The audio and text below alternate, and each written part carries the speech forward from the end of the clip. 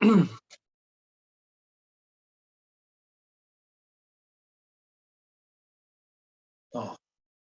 hỏi sẽ thế mỗi khán sẽ thế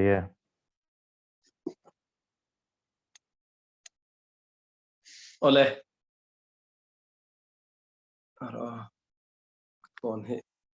ole thì khán lại ama sayin ni lai zan in khom na ron tel zong zong te nal pai su Krista mingin chi bai ka buk chewa ti chon hei kan hu tu ten he chan vo thatak mai min han pe hi kalom khop maya ama ro chu eng tiang han kal pui tur nge o ti kha ka ha thiam lutuk lova a chan chu kan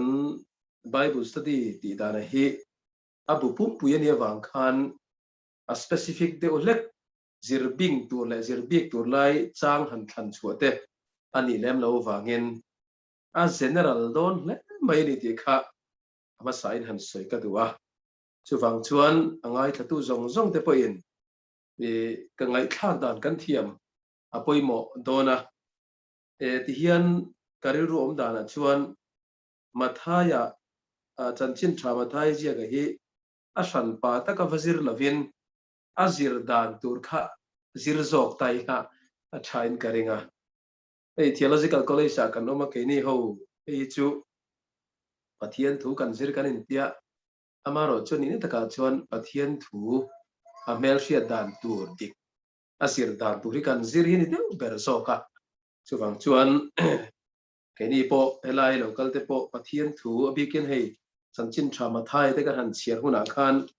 a chiar dan tur engeni perspective rilru a kan nei thiam theina turin zaina hian a guide ang deuh chau kha soi tai da thain karinga hun rei lo te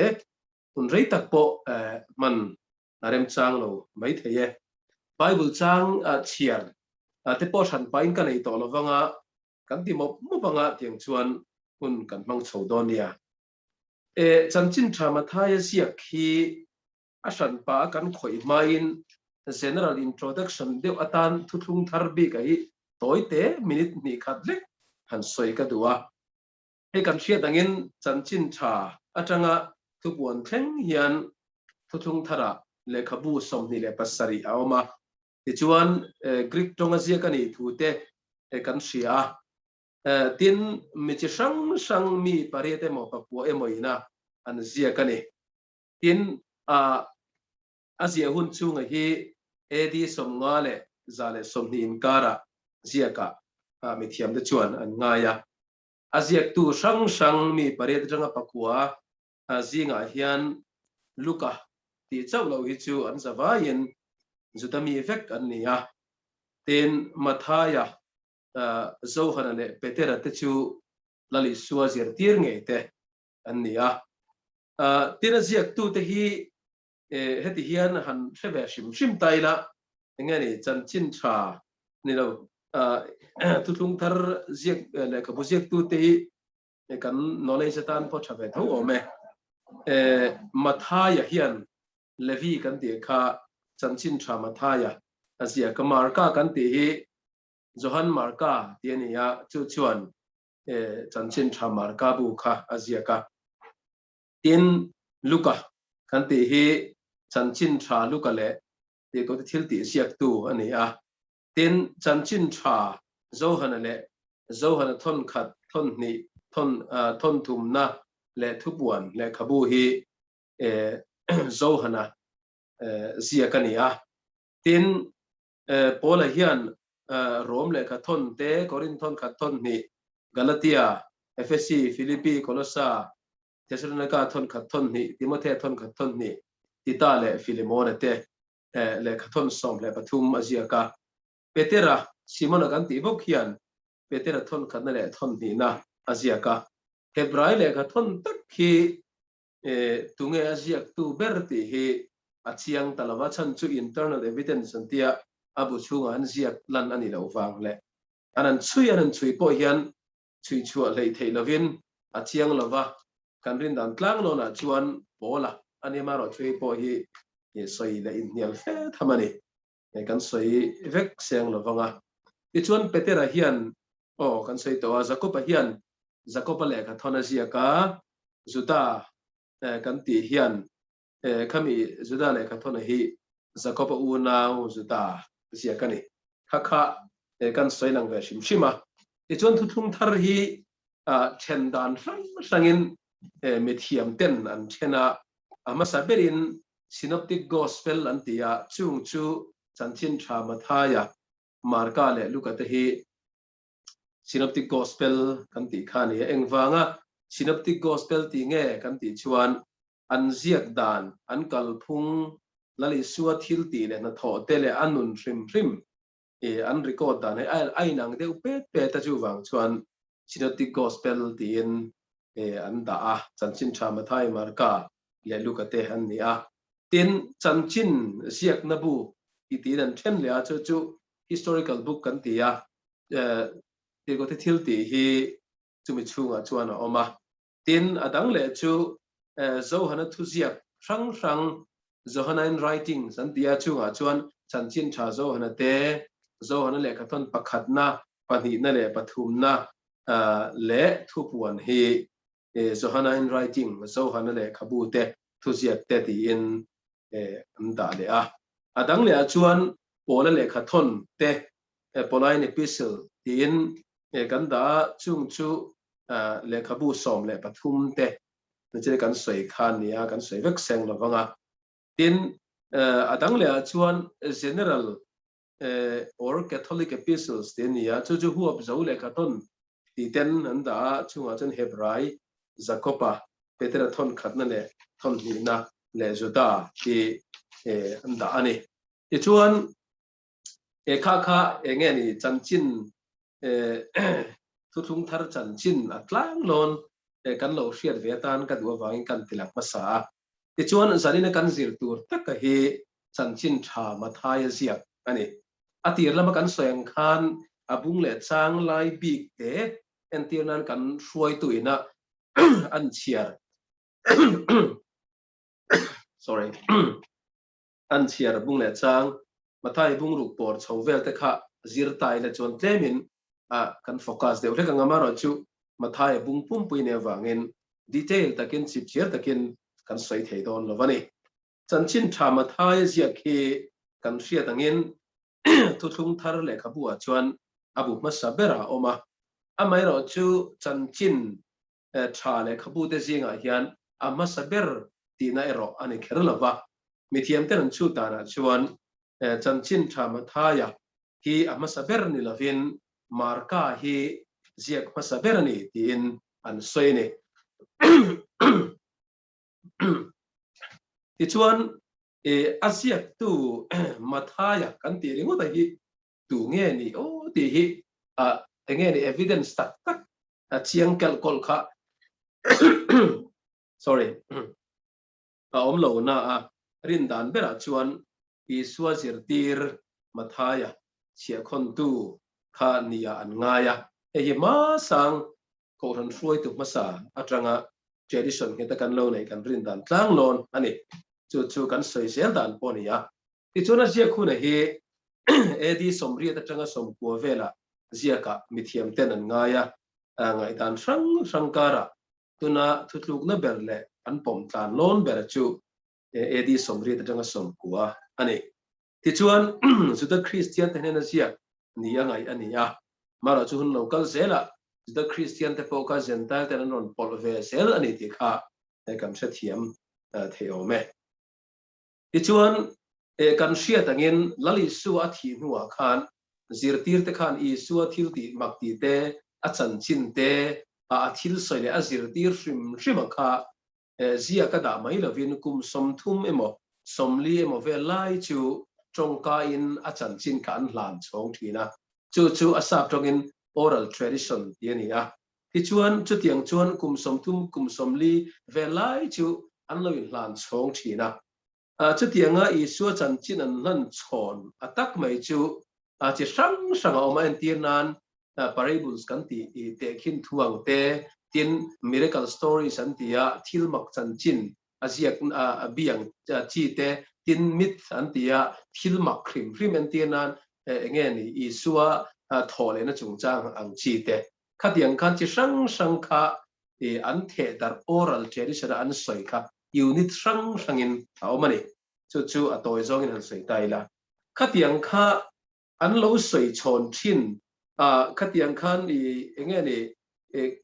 lali suwa sui tu eyewitness te nge na kum som thum kum som li don an lo soi an lo soi china kha mathai khan huna local zela eyewitness an tiam mi ta nge tu an lo thi zela wang le khatiang khan original nge ni disciple te an lo thi zel ta ka wang khan written form da hi tha tin an ziak ta ti chuan chung chi sang oral tradition kan ti sang a chu la khomin unit sang chu la khomin lali suwa thil ti le na tho chi sang te chu alo da khom ta le khabua alo siam ta ni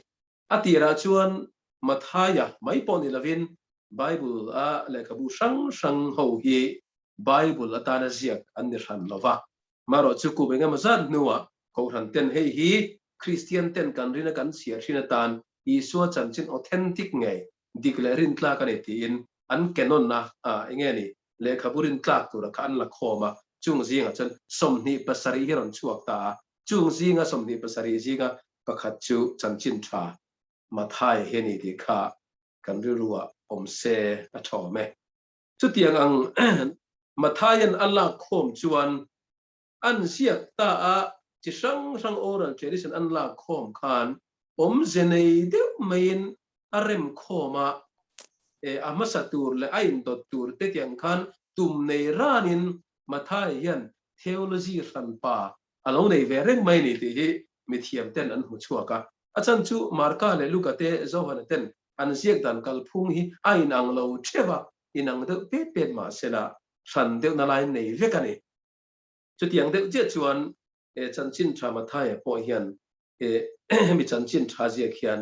tum gol nei thapin khang chi sang kha alo rem khoma theology an ene ti kha ama san han se ka do ni ho theng berin zainaro in khom mi eng zane kan lu che ka to lova na china ka som ni panga vel kan nia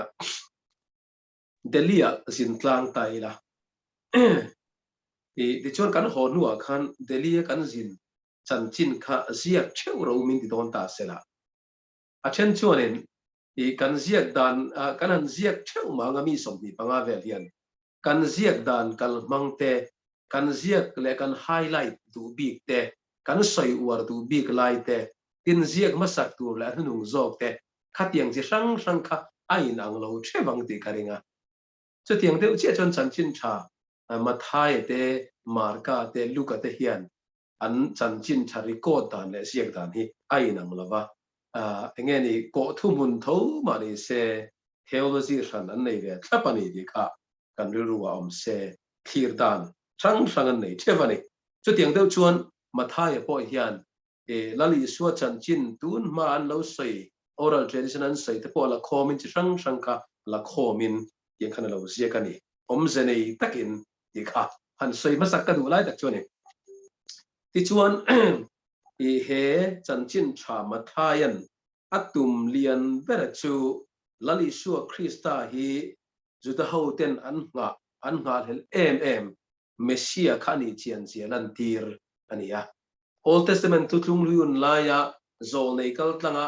Genesis tlanga he ta zol nei te hun lai fakna la kan ti tele khatiang ang sang Moses le khabu kan ti te po la te po niam chu khami chi sang kal tanga lali suar hi lok na le pathian in alotiam to ami Israel ta tan alotiam to kha Yesu Krista hian a fulfillment Yesu Krista na fam kim na hi alo thengani ti kha thungai thatu te juta Christian te na hian shiat chian tir ka athil tum lian berania chuwang chuan om zenei takin an ziak phat atang hian an ron tilang ta entianan chanchin thama thai ziak bung khada chuan Yesu Krista kha tu te chanchin aron sei ta chiu mai ni Abraham a train ron sei Davida theng kha a sei to ba chuan Yesu Krista mari la ka tanga lo pian thu aron sei chuak ta atum a purpose dian bera chu he Isua Krista kha Messiah niya enge ni kan chipui nge niya Abraham tha local zel atanga ron chua zo nei kal tanga lal pan lo tiam to nula thiang lim la katanga ron pian tur thule khatiang ang kha a fulfillment chu lali Isua Krista ani ti kha chiang takalan theine toren om zenei takin genealogy kha enge ni kha tu chan chin kha aron chui ta kha ni a khai kin nang de nan sai ka do chu chan chin tha Lucas ye kan en ga tu chuan Lucas chu a theology shim shima hi enge ni azuda ngud lo wangin a hebrai mun lo wang khan gentile huab zo theology de olek anei wangin Lucas chuan a theology reng reng hi e kha kan the dangin mitin ta tu chan chin tha lo em kan khen cheu ni han ti trong kam van tri kovina an soite po kha mathaya tele marka te chunda riko te om ve mi la vania om zia bera chuan luka theology cha inclusive ani ti enge ni azava ni chu wangin genealogy kha tu te an chui tak taka an chui ani chuan mathaya anglo te ale zongin a chui ve ngata adama chui chuak ta ni kan the thiamin karing amaro chu mathaya ro chuan Abraham atangin chuya Abraham atanga chul chuak davida kha ta tiam akhani Messiah tiam akha nula thiang lim la katanga lo piang tur akhani ti in thiang takin mathai hian lo sekta ni chu wangin atumber pakat chu Isu Krista hi Messiah ni dilan tirani ta hian thil chiang em pakat chu chan chin tha mathai je ka hian asaba in chang sang khat le som sari pakhat ve lo ma heta hian thil lo lang chiang em chu le khabudang lo ang takin anglo takin marka le zohana le nge ni luka anglo takin aron soi fo chu lalpan so nei ka alo sayang khan ti as it has been said it had been said through the prophet mo lalpan so nei ka sayang khan tiang chi trong ka mai hi hang chuk mai ni chu a soi tu ma chu zo nei ten lo khil lo to ange me kha ani hiani ti lai kha ron lan tir tu mane ma kan seng khan en tin an sei tai la helai po hian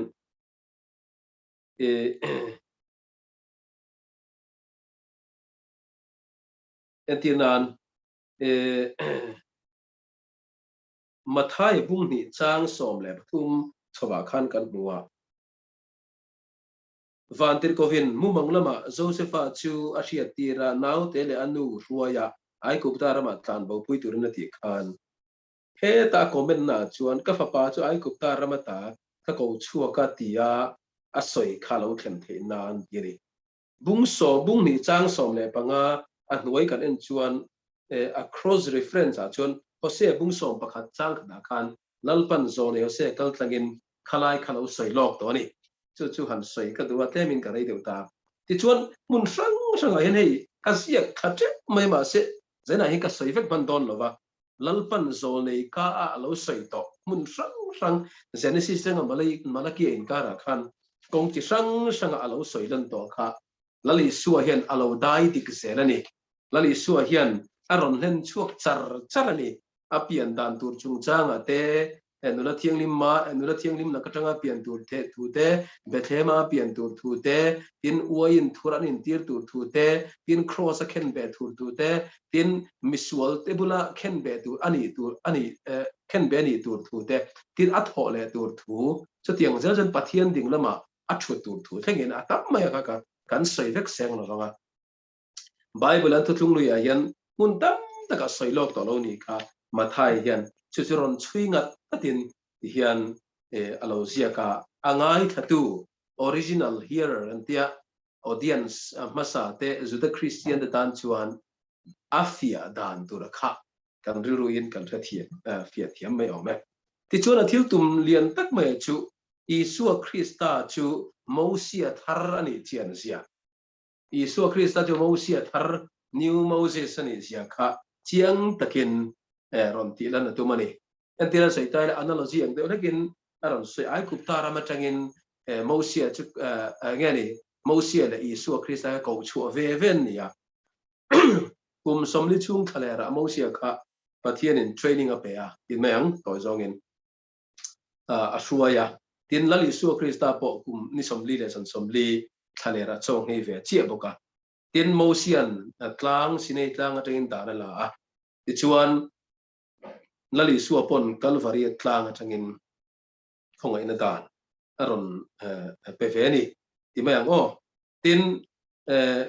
mo sia chuan tui pui sen na ka nang che khan lali su pon Jordan baptisma changani tiang zong te poin mi thiam te chuan an sai thina ni kan sei vek seng lawang atum bera chu mo sia thar ani sia azir tirna po khan ama salama hei phd kan tia tlang chunga tu sei reng reng apo zir tirna che sang mo sia lo pek to kha aron kuat chuak char chara entinan mit aya mit phaya ha chi sang khatiang chi upathuro che te poran na chokani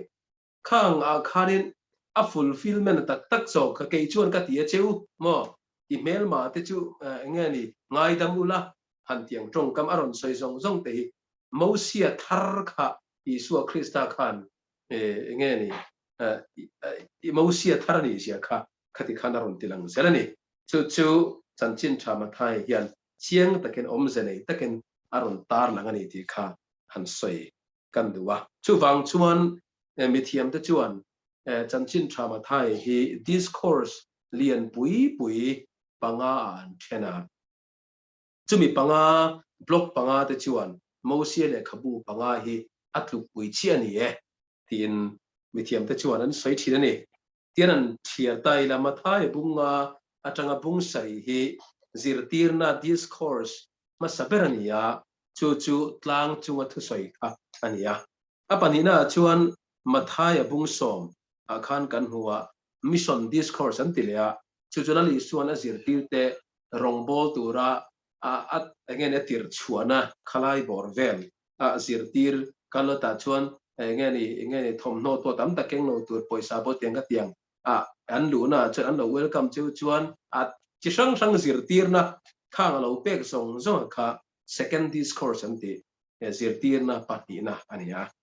pathumna chuan ko ran chung changa zirtir na lo lang le ama thai bung som le pariata khan lo lang le ta adang sorry kati sual apathumna chuan mathai bung som le pathum so kani bung khata tanga bung somga le chang khata chang somga le pathuma khan te khin tu chi sang lali suan chumi manga pathian lal ram chung chang asoina asa tongin parabolic discourse an tia chung te po chu lo lang le ta apalina chuan ko ran chung chang a sir tirna mathai bung som le pareta khan alo langa adang le chuan olive tlanga asoi olivet discourse an tia mathai bung som ni pathum te som ni pali te som ni panga te alo lang le olivet discourse tina chana hi olive tlanga nali suana soi ni wa ni in mithiam te chuan ngai ni chu wangin heng zirtirna chi sang ngeni zirtirna block panga discourse panga te hian mo sia le khabu chi sang panga Genesis Exodus khatiang chong kan se kha panga kha athu pui chen te tin mithiam te chuan an soi thina ni ti chuan kan soi tam viu to maya dar ko le me sam thum pari toite soi liang kan thil hria ta na poimo em chu ka soi tong khan lali suwa hi mathai hian thutlung lui fam kim na ani sia a culmination engen a fulfillment ani sia kha chiang taken aron tilangani nakena bible kan share huna mathai kan share huna tura kan soi song hi ril ruwa thinlunga thuak kilama khan vong reng chungin han chiar tai la chumi kan chiar tak tak huna chon khai alo ni mo ti tu kan nga dor ni chu wang sai na hian kan zir lai hi a bu chung tak ti chei la chip chiara sirna ni lawa asir dam tura kha in shil shiat na ang te ule kan zo kan ti kan rum se a thaw me a toy theng berin discourse panga kan sei ba kha afam kim tok lova kha chu wangin ti hian a structure te ule gi han sei ka duwa a pakhat na chuan bung khatanga bung thumin kara khan lali suan ministry atan dan baptisma chan dan te thalera thema om dan chung chang khami a preliminary ang de ole kha again apian thu chung chang de ka chi sang kha apian atanga baptisma in kar chung chang kan muwa tin thalera setan na thlem chung chang thalera tanga aron kirle chia atang khan bungli tanga bung sarin kara khan pathian lal ram chung chang pathian ram ron khen chung chang kha aron puang nge ni aron soi chho tan ta je kan sayang kan bunga tanga bung saria chuan zirtin na che sang nge ni bia chi chiu kan tia khang nge ni nge aram le fel na zong ma sa jru han ti te ro khom chung chang kan han tiang chi te khatiang kan mel ma mangai tur ti chung chang te tin khat sang ka zirtin na alo nei ta kha kha kingdom pathian lal ram chung chang ne na in ne vek kha nia chuta chuan te khin tu chi sangin pathian ram chung chang te pau kha aron sei ta a te chuan bung ria ta tanga bung somin kara hian chu pathian lal ram a chan china se chu aron lan tin na chi sang aron mang ta a ti dam rong bol na chi sangin pathian lal ram ron thenga cha atakin lan tir ta ni bung ria tanga bung soma khan Bharati dama sipai zaho tu chiar lo ngen centurion kamian lo kha ati dama tin petera pison dam lo ati dam chung chang te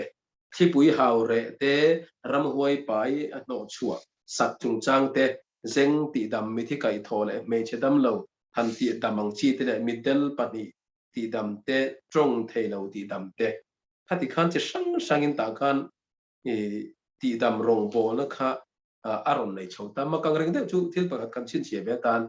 pathum zel ati dam khan ain kara khan narrative ang de win chan chin en tinan mathai ko thu te I su zui tu ra som na khom zel ani chu ve na ela hian thil pa kha trigger de le ko ma an se ka tu chu lali suan min ti dam reng hian ti dam na kha a final ko ni lawa ato pa khan ama zui tu ra som ne om thile chulai ta ka chu kan ru om tel selati dam rong bon de kan rama kan ware me ma dam na chang te poi kan tama amaro chu aka a final a gola ni lova atum ber sok chu dam dot chia khan I suat nung zui a disciple ni dura azir pir ni dura nung zui kha a poi mo em ani ti kha han soi lantel kan tum lai ta kani ichon bung som pakhat tanga bung som le pathuma khan I suarong bol dan mi teran chan le dan rang chi sangin aron lang chowa tin michan katina a positive te win messian ni pui dam ta kan ti lai khan a then ten tianan baptist tu zo han te chuan messian ni thengem ya aril ru enge ni a zona nei chungin a neutral te pon matin a negative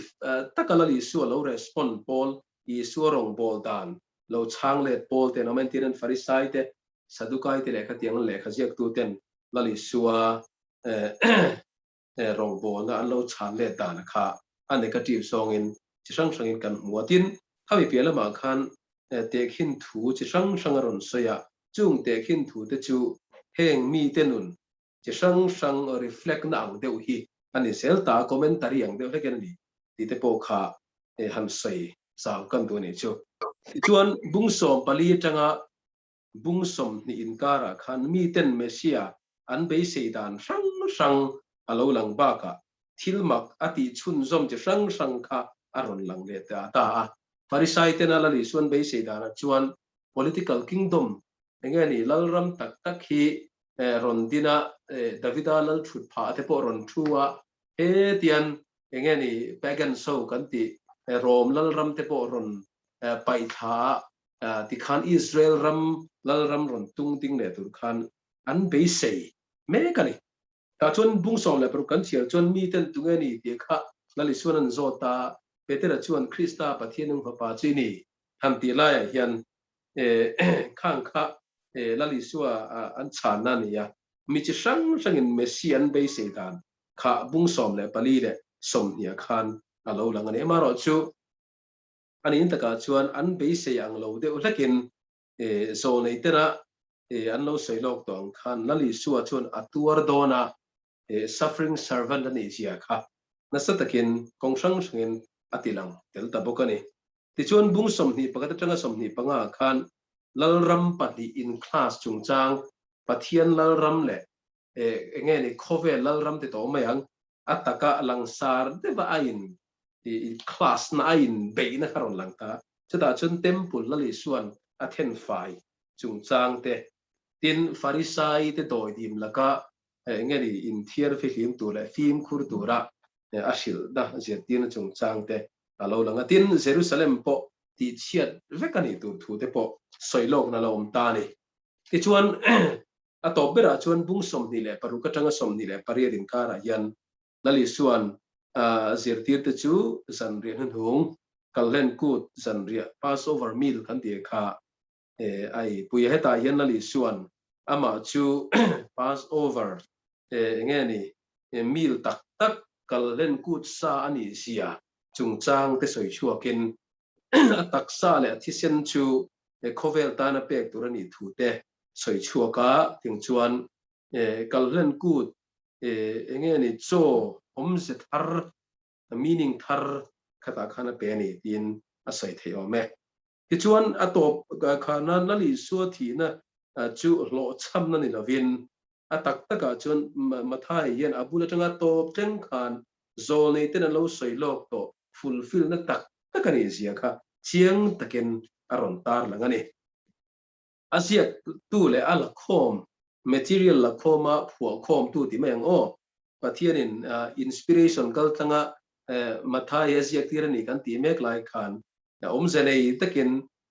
theology kha omfea chu mathai hen rem khoma purpose le tum fel taknein hele khabu hi asia kan ti kan reta chutiang kan riat nuwa chuan chanchin tha mathai asia ka hi han chierila a chier tu ten lok na kan chan nge ka be se tak me mi vani zaina yen detail deva chip chier deva han ti na hun khaum lo wa chu wangin khalai kan du to nga zan te rei tak tak main tak han he chin hi kan du to phot mai don nia